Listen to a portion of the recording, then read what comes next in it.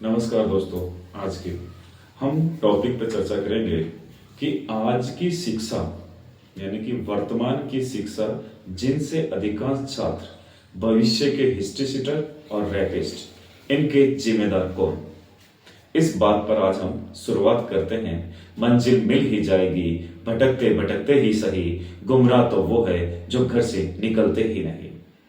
मैं इस बात को इस कोटेशन से मैं इसलिए शुरुआत कर रहा हूं कि ये पहल मैंने इस उद्देश्य को पूरा करने के लिए की है, जो कि हम एक विद्यालय में पढ़ने वाले जो छात्र उनके आखिर जिम्मेदार कौन है, उन वो बनने वाले जो अधिकांश छात्र हिस्ट्री शीटर या रेपिस्ट इनके जिम्मेदार कौन है। आज का विषय इसी बात पर रहेगा कि वो माता पिता जिनके अंकुशहीन बच्चे सड़कों पर गाड़ियों के बोनेट पर तलवार से केक काटकर डीजे से जन्मदिन बनाना, ये जो परंपरा आज के विद्यार्थियों में बहुत ही तीव्र गति के साथ चल रही है, मगर वो इस बात को नहीं जानते कि ये 2023 के अंदर जो बीएनएस की धारा, जो कि मैं बात करूं वो बीएनएस की धारा 111 और 112 और धारा 199 ए, जिनकी सजा यानी कि 6 महीने से 2 वर्ष तक की और यहां तक कि 3 वर्ष से आजीवन कारावास और एक भारी जुर्माना 5 लाख से भी उन्हें पनिशमेंट मिल सकता है।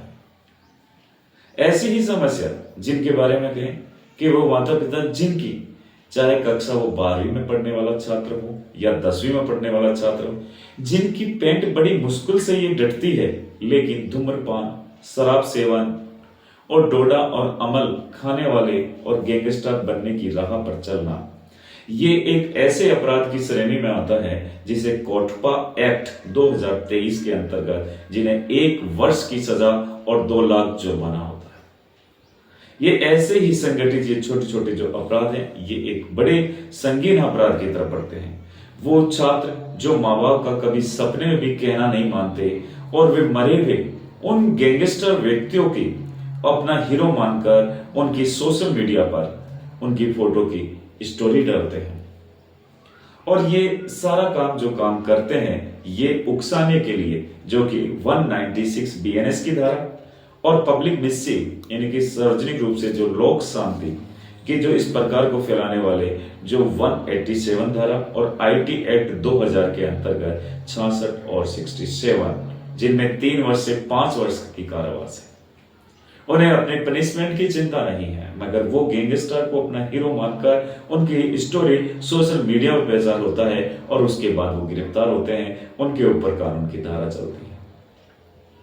ऐसे भी व्यक्ति हैं जो समाज में पनप रहे हैं, नशेड़ी हैं, गंजेड़ी हैं, दारूबाज हैं, जिनका कोई कानून व्यवस्था में कोई डर नहीं और समाज और परिवार में कोई भय नहीं। उनके लिए ये सभी धारा, जो कि धारा 112, 111 और 196 और भारी जुर्माना 3 वर्ष से आजीवन तक की कारावास की, मगर इस बात को वो नहीं समझते।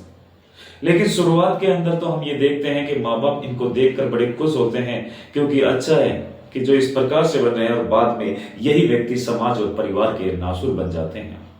तब उन्हें एहसास होता है, तब वो समय निकल चुका होता है। हमने ऐसे हालात मैंने आम जनता के बीच देखा, आसपास के माहौल में देखा, क्योंकि वही व्यक्ति समाज और परिवार का नासूर बनता है।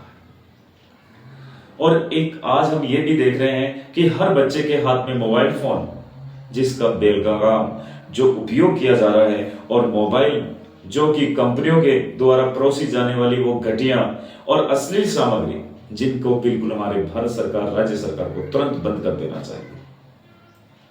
लेकिन ऐसे माँ बाप जिन पर छात्रों पर नियंत्रण बिल्कुल नहीं रखा जाता और उन्हें लड़ाई झगड़ों में डांटने के स्थान पर उनको सह देने का कार्य करते हैं। बड़े विश्वास जो आज हम शिक्षा की बात कर रहे हैं, यदि अधिकांश बच्चे सफल होते तो हम ये मानने को तैयार होते कि हमारी जो वर्तमान स्थिति है, जो शिक्षा का स्तर है, उसमें सुधार है। मगर ये मैं कैसे मानूं कि क्लास में पढ़ने वाला 1 या 2 छात्र ही होता है जो कि शिक्षा को गहनता से अध्ययन करता है। बाकी आज के अंदर सिर्फ अपराध की श्रृंखला बढ़ती जा रही है, और इसके अंदर हमने यहां तक देखा, इसमें माँ बाप भी हिस्से दे रहे हैं। उनके जिम्मेदार वो माँ बाप भी हैं, जिनकी वजह से ये घटनाक्रम दिन पे दिन बढ़ता ही जा रहा है। उन माँ बाप से जो बच्चे को विद्यालय में भेज रहे हैं, उनकी भी ये जिम्मेदारी बनती है कि वो अपने बच्चों पर ये ध्यान दे कि क्या बच्चा विद्यालय जा रहा है या नहीं जा रहा। ये महीने में एक बार विद्यालय में पहुंचने का कष्ट करे, समय निकाल कर आए, बच्चे से उनसे रिपोर्टिंग, उनके अपने कक्षा अध्यापक से और वहां के डायरेक्टर महोदय से जानकारी प्राप्त करें। मगर ऐसा बिल्कुल भी नहीं है। वो इस बात से डरते हैं कहीं फीस ना मांग ली जाए, कहीं उनसे बच्चों की फीस का यदि ये रुकावट उनका केंद्र बनता है। यदि वो लोग आज इस बात को नहीं समझेंगे तो हमारे दिन पे दिन शिक्षा का स्तर गिरता ही जाएगा, अपराध की संख्या बढ़ती जाएगी। समाज में होने वाले जो अपराध हैं उनके जिम्मेदार हम सभी लोग हैं, वो माँ बाप भी हैं, वो शिक्षा का माहौल भी है और हमारी कानून व्यवस्था भी है।